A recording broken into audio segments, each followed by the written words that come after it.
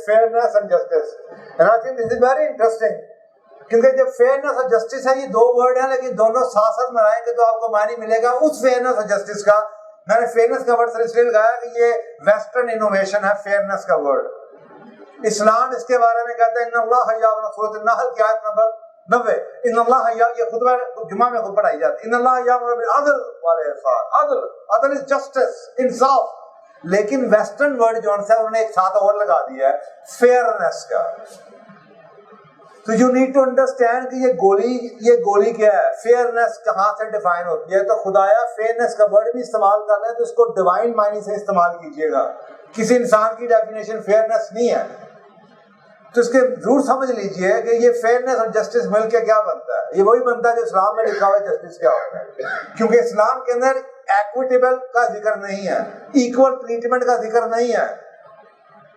Problem वहां पे आती है when you do not understand the system of Islam and you say or the West say कि equal treatment for all। खुदाया कभी equal treatment में मत जाइएगा। वेस्ट की औरत ने equal treatment मांगा, आज उसकी हालत देख लें, equal treatment में वो उतना ही काम करती है जितना बंदा काम करता है। इस्लाम ने इक्वल ट्रीटमेंट का जिक्र नहीं किया, इक्विटेबल ट्रीटमेंट का जिक्र किया। और जब इक्विटेबल आ जाता है तो उसको फेयरनेस कहते हैं कि the similar people should be treated similarly but unsimilar people should not be treated similarly। चार औरतें चारों को एक जैसा ट्रीट करो, लेकिन औरत और आदमी को एक जैसा ट्रीट ना करना।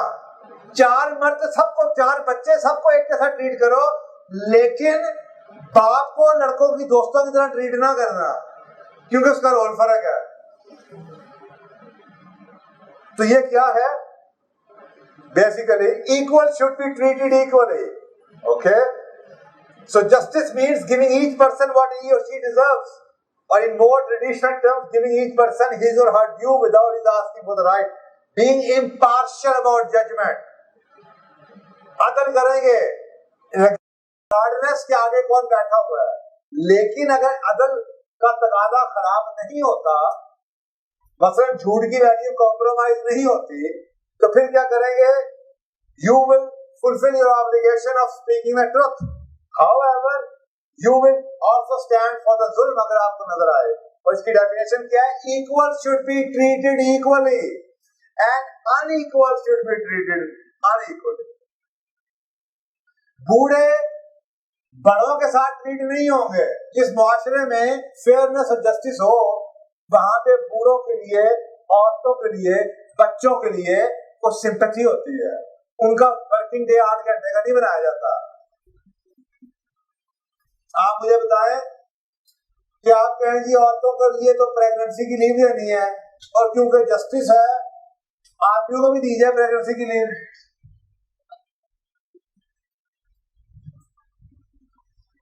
और आदमी काम करते हैं 40 घंटे, क्योंकि हमारे कंपनी में बहुत जस्टिस है, इसलिए औरत भी 40 घंटे काम करेगी। तो औरत 40 घंटे काम करेगी तो घर कौन काम करेगा?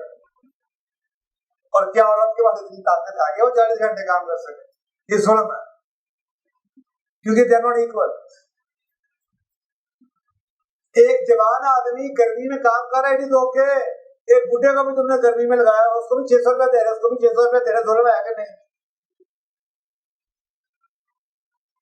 इस्लाम इन चीजों को अंडरस्टैंड करता है, इसलिए इक्विटेबल सिस्टम की बात करता है, जिसके अंदर वेस्ट का वर्ड है फेयरनेस, कि the system should be fair and just as well. Just का मतलब है कि इन सारी उंगलियों को मैं कैंची से काट के बराबर कर दूं, ये जस्टिस है। लेकिन ये 5 बराबर नहीं है। I can not treat my father the way I should treat my friend, क्योंकि उसका रोल ऐसा है, उस्ताद ऐसा है। मसलन मैं आपके लिए खड़ा नहीं होऊंगा, लेकिन मुझे अपने बाप के लिए चुप रहना है, मुझे उसकी इज्जत करनी है। तो कुछ रोल ऐसे हैं, कुछ ऐसी जिम्मेदारियां हैं, कुछ ऐसे अल्लाह सुब्हानहू व तआला ने अपने निजाम में बेनिफिट्स दिए हुए हैं, जो कि आपको ऑनर करने पड़ेंगे अगर आप एक जस्ट सिस्टम चाहते हैं। नहीं तो वेस्ट की तरह 70-80 साल के बुढ़ों को आप जाके किसी गरीबों के घर में छोड़ाएंगे रिजेक्ट करके, और औरतों की बुढ़ी औरत आपको नजर आएगी 15 किलो का थैला उठा के लेके जा रही है और आप उसकी हेल्प करना चाहेंगे तो आपसे हेल्प नहीं करवाएगी, या उसकी हेल्प करेंगे नहीं। या आपको बस में नजर आएगा कि 70 साल का बाबा बेचारा खड़ा हुआ है और एक हट्टा कट्टा जमीन में बैठा खड़ा कुर्सी पे बैठा हुआ है। Shame on you. जस्टिस तो ये है कि आप पहले आए, आपकी सीट है, लेकिन फेयरनेस ये है कि यार ये बाबा है, उठिए भाई, बैठने दो उसको, ये बूढ़ी औरत है, ये औरत है, ये बच्चा है। ये है जस्टिस एंड फेयरनेस।